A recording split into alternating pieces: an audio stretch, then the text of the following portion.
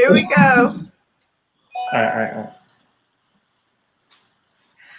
Hello, everyone. Hello, Facebook family. This is J.D.Wright with DanaClarkColors.com. I am here today with a very special guest who goes way back with me, way back from book fair days. and he is so amazing. He's going to talk to us about his amazing books about the Haitian Revolution, and they are really awesome books. I have with me tonight Mr. Frantz Derenoncourt. Derenoncourt Junior. This is Junior, not Senior. Yeah, you don't have my dad here, that's for sure. Hi, Frantz. How are you? I'm fantastic. How you doing? I'm good. I'm so happy that you decided to join me tonight to talk to us more about what's been going on with you. It's great to be here. You know what I mean? I know we go way back, like you said. I remember like doing something at like a Laurel Elementary School, and you put me onto the plastic bags. I was like, man, I've been looking all over for those. And you're like, here's 100. Like it's nothing. So now you've always been supportive. So I'm happy to be here. Yes, absolutely. It's all about supporting all of our people, all of our fellow authors, because, you know, when one does well, we all do well. And I just love your creative energy. I love your passion. You know, it's like that Black man deepness. Yes. Yes, indeed. Yes, indeed. Nah, I mean, you know, I love doing it. You know what I mean? It takes me to a special place when I'm in the middle of the work. You know what I mean? And it's a place I enjoy being. So, and as long as I keep getting the inspiration and the ideas, and I'm just going to keep them coming. Well, let me ask you this. I want you to tell us about some of your books. Now, I was only able to get 2 books. This one, The First Black Republic, about the Haitian Revolution, and this one, Bookman. Can you pronounce his name Bookman? Bookman. Bookman. Yes. But you gotta say it like you gotta say it like you're in Jamaica. Oh, Mr. Bookman. Bookman. Yes. I enjoyed these books. I really did. It got me passionate. After I finished reading these books, they made me want to do something. I didn't know what. Exactly. I mean, but they made the idea. Yeah, to help you move forward. Tell us a little bit about your books. Sure. Yeah, absolutely. Well, a lot of people don't know much about Haiti except for what they see on TV or hear in the media. And usually it's not very positive, you know, images that they portray to us.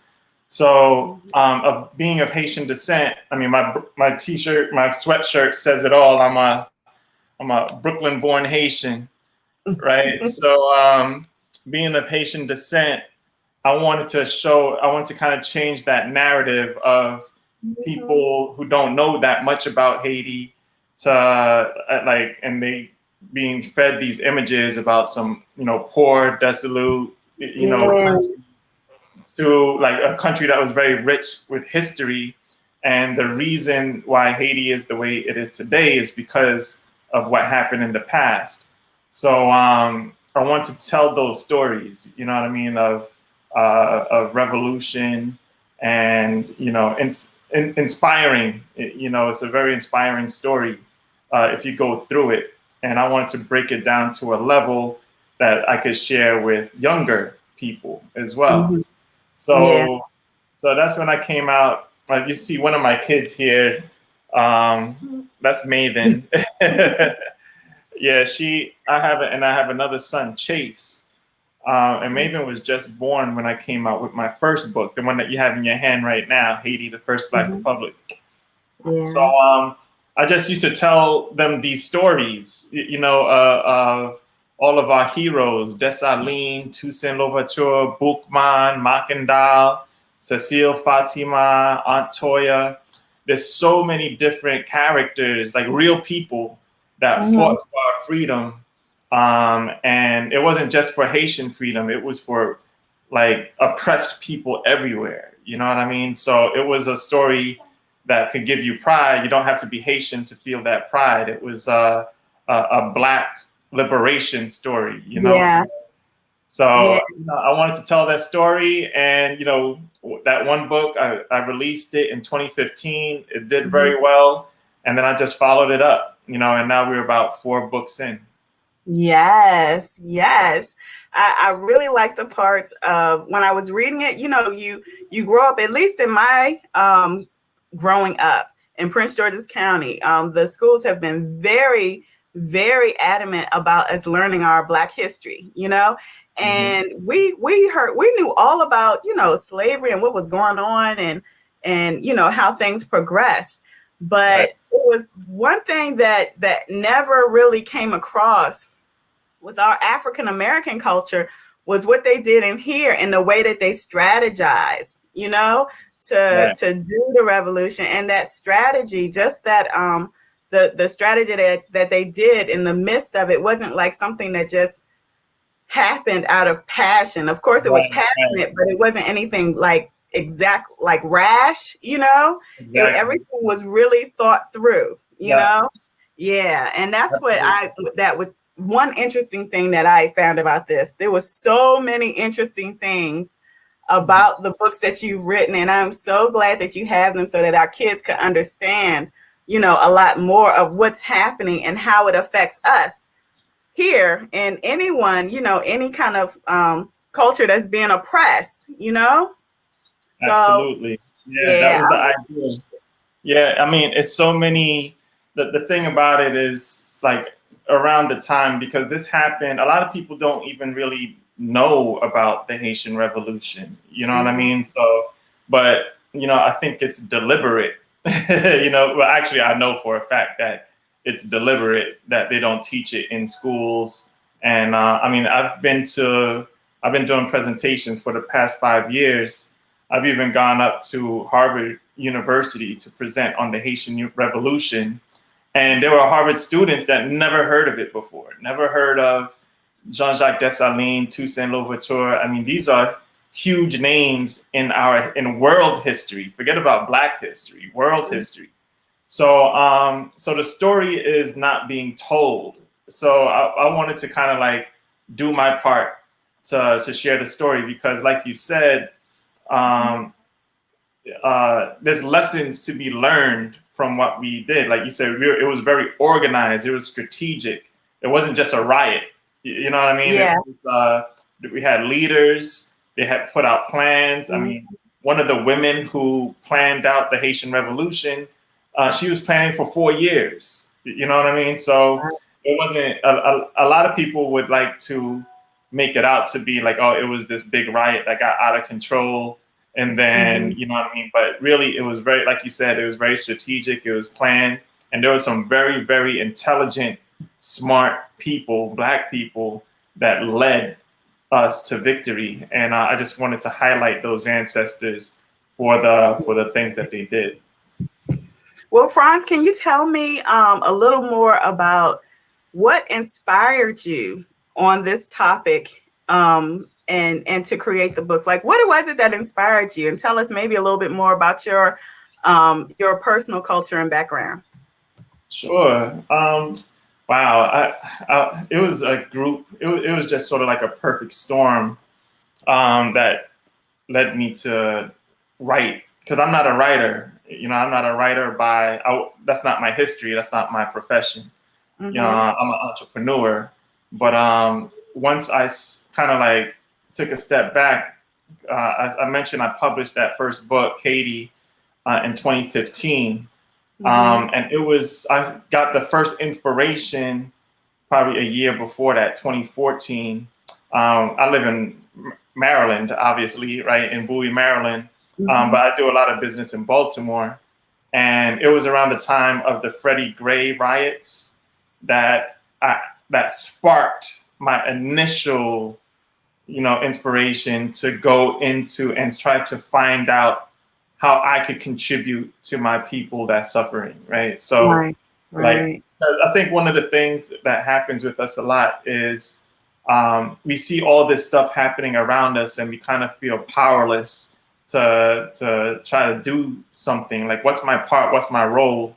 So I was trying to find my role, because we all have a part to play. Yes. So I started Googling stuff, and not knowing what I was looking for. I went through all the leaders, Malcolm and Marcus and all those guys, and then it landed me to. It kind of came full circle because it landed me to Haiti, the Haitian Revolution, which was like the biggest, revolt of oppressed people. That was actually successful, and I was upset that I didn't know about it. Right? I was like, how come I'm right now, 2014, I'm really just finding out about this? So, and then I dove into it, and I remember my son, who's a big reader.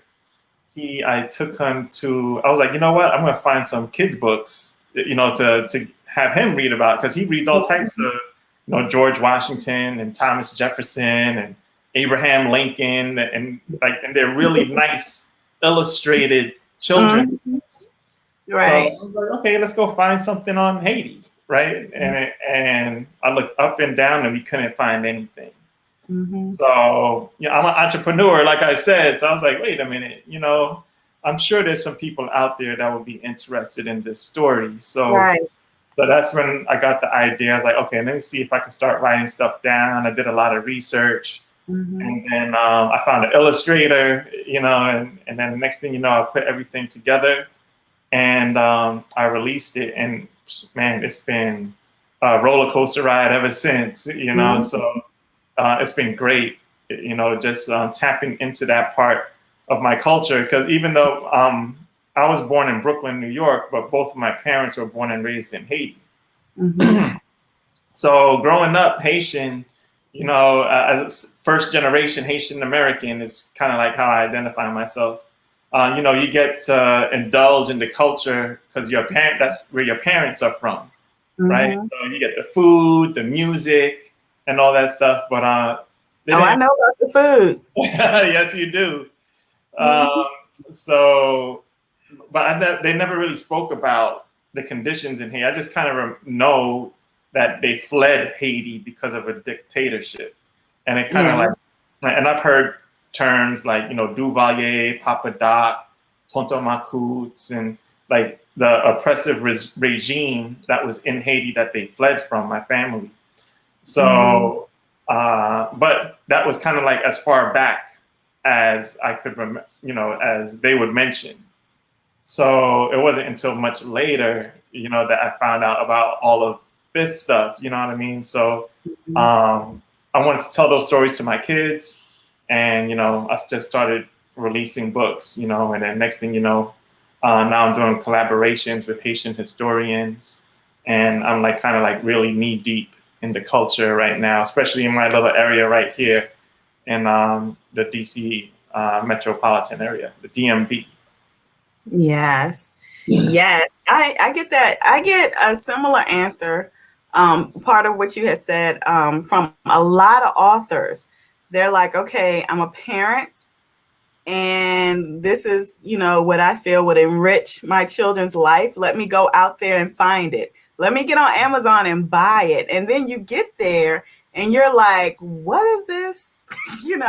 What do they want me to feed my children? I can't feed my children just this. My children deserve and are worth way more than what they are just giving us, And I say they as a collective, so to speak. But I truly believe that when you say, yes, I had to create this. I had to create this for my people and for my children, so that they could understand. I get that from so many of our children book authors, and with the leadership of our country, with it changing now, because before, when I did my books, it was when Obama was in office. So I just knew that there was going to be tons of stuff for us. everywhere. And then I get there and I'm like, where is everything? You know? And I said, just like you said before, you realize that you are a part of it and there is something you can do. Like you may not be the revolutionary, you know, and out there in the action. You may not be in Congress. You may not be, you know, the one out there marching or whatever. But if you are somebody who can tap into, that's what you said before, tap into something that is within you, you know, and reach back. I'm a firm believer in reaching out to your ancestors. I'm saying it, you know, you tap in and you reach out. And what happens is that you get some wonderful, wonderful creations. You can definitely create. So yeah, that's pretty much the basis of, I think, a lot of people, Frantz, really, a lot of people. So, you know, this is something, your addition, this is something that you're adding to our world, and we appreciate it so much, Frantz. Now, let me ask you this. Tell us about your Illustrator. Oh yeah, absolutely. It's kind of funny how I got to my Illustrator. I was trying to use a local artist, but I don't know, it just wasn't working out. For my first, but I have the one illustrator that does a lot, that did my 3 books, right? But the other book that you have there, Bookman, Yeah. that's actually a painting. Actually, that's this painting. Wow. Yeah, so I have the original painting that a friend of mine, Kervin Andre, who's a dope artist that lives in New Jersey, we collaborated on that. Well, he did the painting, but I told him I was writing the story of Bookman and Cecile Fatima, and you know I wanted him to do the book cover. But the other illustrators are Eminent System out of India, actually. Whoa. Yeah, I found them on a platform called Freelancer that I found out about a good friend of mine, Candice. So I went on Freelancer. I put everyone. It's sort of like a Fiverr type of situation. And I put on there, hey, I'm writing a children's book. I'm looking for an illustrator. You know, I want it to kind of look like this, and then everybody kind of like bids on your job. Yeah, So, yeah. Yeah, so I was able to go through like maybe 50 or 60 profiles of people that bid on the job, and then I found them.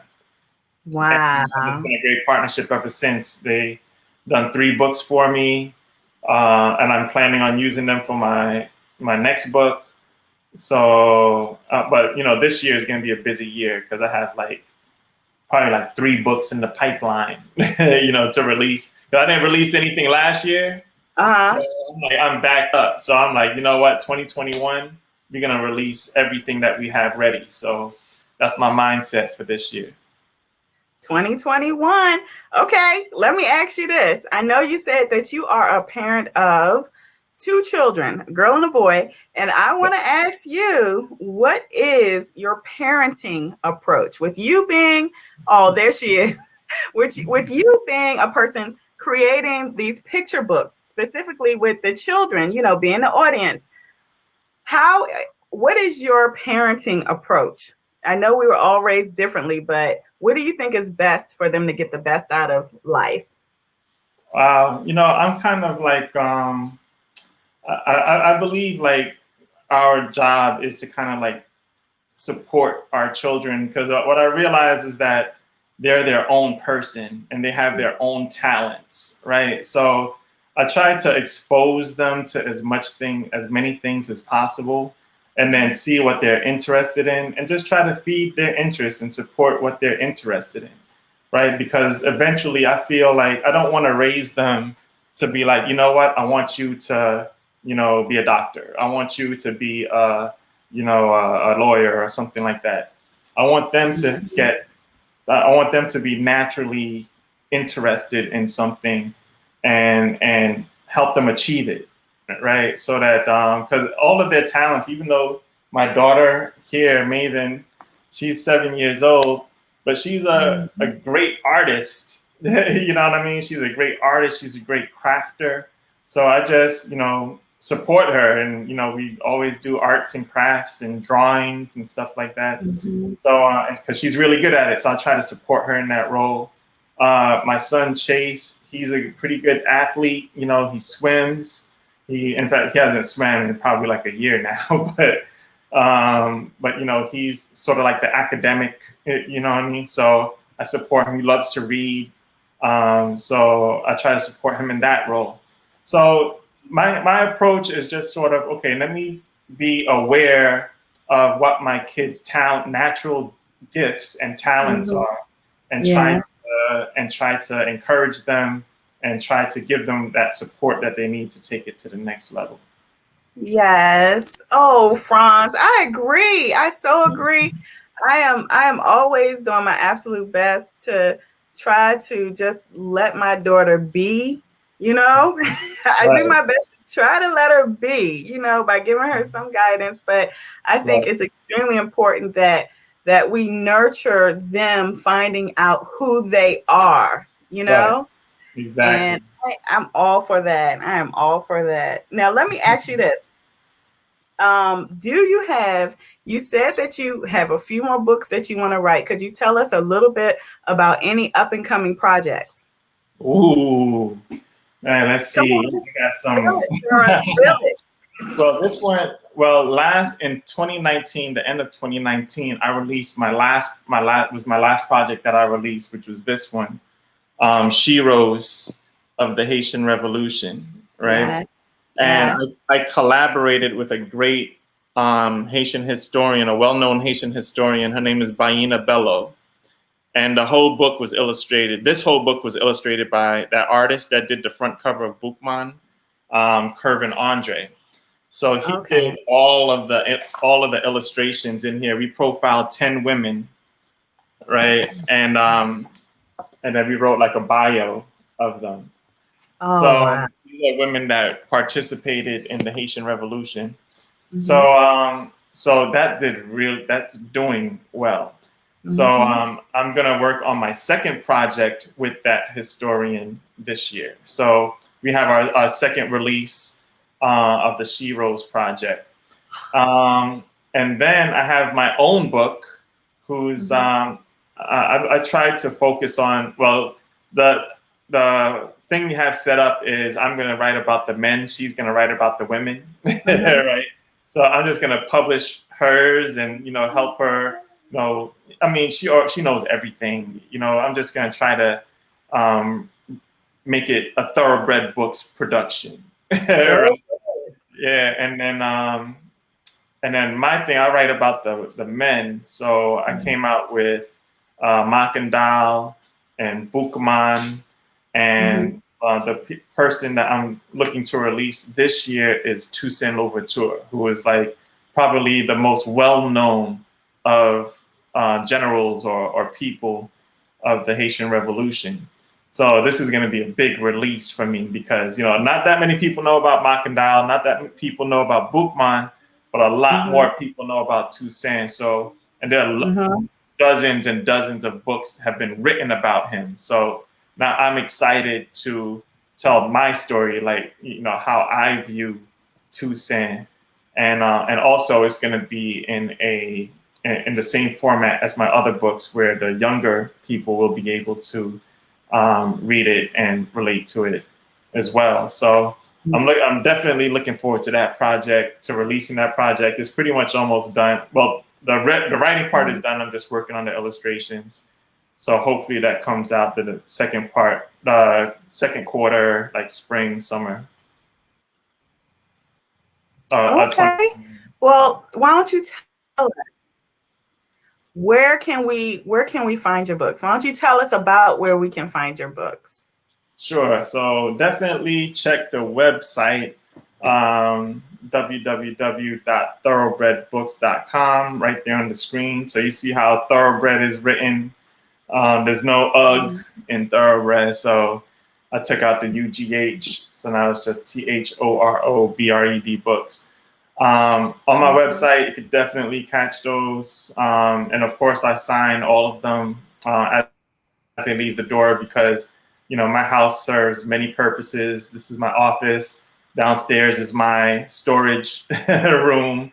So I ship all the books, directly from here, but also you can find the titles on Amazon, Amazon Prime. So, if you like your Amazon Prime, then that's cool. You could get it over there too. But if you want to fully support the author and the publisher, then you can get it from the website. But yeah, absolutely. Thoroughbredbooks.com. Awesome. Awesome. Okay. I have one last question, and this is the same question I ask all of the authors who come on this show. And that is, if there was a guarantee that 3 pieces of advice that you have would be carried down and practiced in the generations that come after you, from your children and their children and their children, what would those 3 pieces of advice be? Wow. Okay. One is don't give up so easy, right? Like when things get difficult, I would say just stick to it. You know what I mean? Especially if it's something you're passionate about, right? If it's something you're passionate about, and things are going to get hard. That's just the way it is, right? And if you're passionate about something, then you're going to get through it, right? But it's easier to know that in the beginning that there's a rocky road ahead. You know what I mean? It's not just going to be a nice, smooth, paved road to your success. And I would say don't start something that you don't plan to finish, right? So if you start it, just plan to finish it, right? Eventually, don't just get rid of the idea. I mean, I have plenty of ideas that I write, but I don't necessarily get to it right away. But I have it somewhere. Like, you know what? I'm gonna finish this. This is gonna be big. Like I've started writing a play, a stage play. I started writing a graphic novel. I started writing, a lot of different projects, and but I'm planning on finishing them. Right, I still have it in my head. I'm still collecting the ideas. So I just have so many projects going on. But I would say that would be the second one. Don't start anything that you don't plan to finish. And then third, I would say is, I think we mentioned it before. Don't forget, our ancestors are here to help. Reach out. Reach out to them. I get a lot of inspiration from my ancestors. So spirituality is a big thing. I feel that's where a lot of my ideas come from. And based off of my work, it's it's paying homage to those same ancestors that inspire me.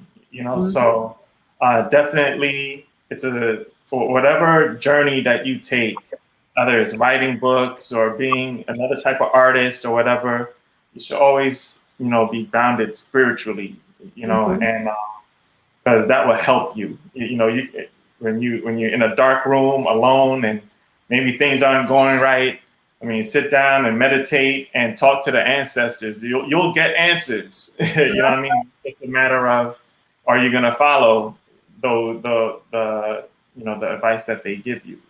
But you're going to get answers if you sit still and try to connect. You'll eventually connect, and it'll be the best thing you ever did, because it'll help your workflow that much easier. I agree, Frantz. I agree. Frantz, I have to tell you, that is the very last piece of advice that you would leave. Let me tell you, that is a huge component that it's not often that people share that part. Like people will give you the steps and the actions to take and whatnot, but it is very, very few who mention that extremely important component of the spirituality part of it. And I'm a firm believer in that, guys. I'm just here to tell you. So, Frantz, I am with you with that. But I have to thank you so much for joining us and sharing with us all of your wonderful books. Absolutely, absolutely, definitely. Thoroughbredbooks.com. Let me see. I gotta put up the ones you don't got. So I got two more. I got the ones you got, and then I got these Makandal, the Black Messiah, and She Rose. Oh, whoops, here we go. She Rose of the Haitian Revolution. Yes. So Haitian history, man, we have a glorious history, and it's not just Haitian history, it's Black history. Haitian history is Black history. That's us. I mean, you know, we were all over the place, man. The only reason we're separated is because, you know, the ship dropped us off in different places. So we're all from the same place. We all have the same roots. And, you know, once we come back together again, then nothing's going to be able to stop us. So unity is the key. So let's make it happen, everybody. Yes, Frantz Derenoncourt Jr. Thank you so much, Frantz. That is a very long name, and every time I say it, I stop and I pause, and I'm like, you know, the first. Yep, I got the first part, but it is a very well named name that you guys should definitely learn because this guy is doing things. Thank you so much. Appreciate it. Thanks for having me. No problem, no problem. I thank you so much for coming on with us. And you guys, this has been J.D.Wright from DanaClarkColors.com. And I want to thank you all for joining us tonight. We will catch you next time with our next children's book author. Thank you so much, Frantz. And we will catch you next time. Okay, I'm going to have you back. All right, man. Looking forward to it. Peace, everybody. Bye.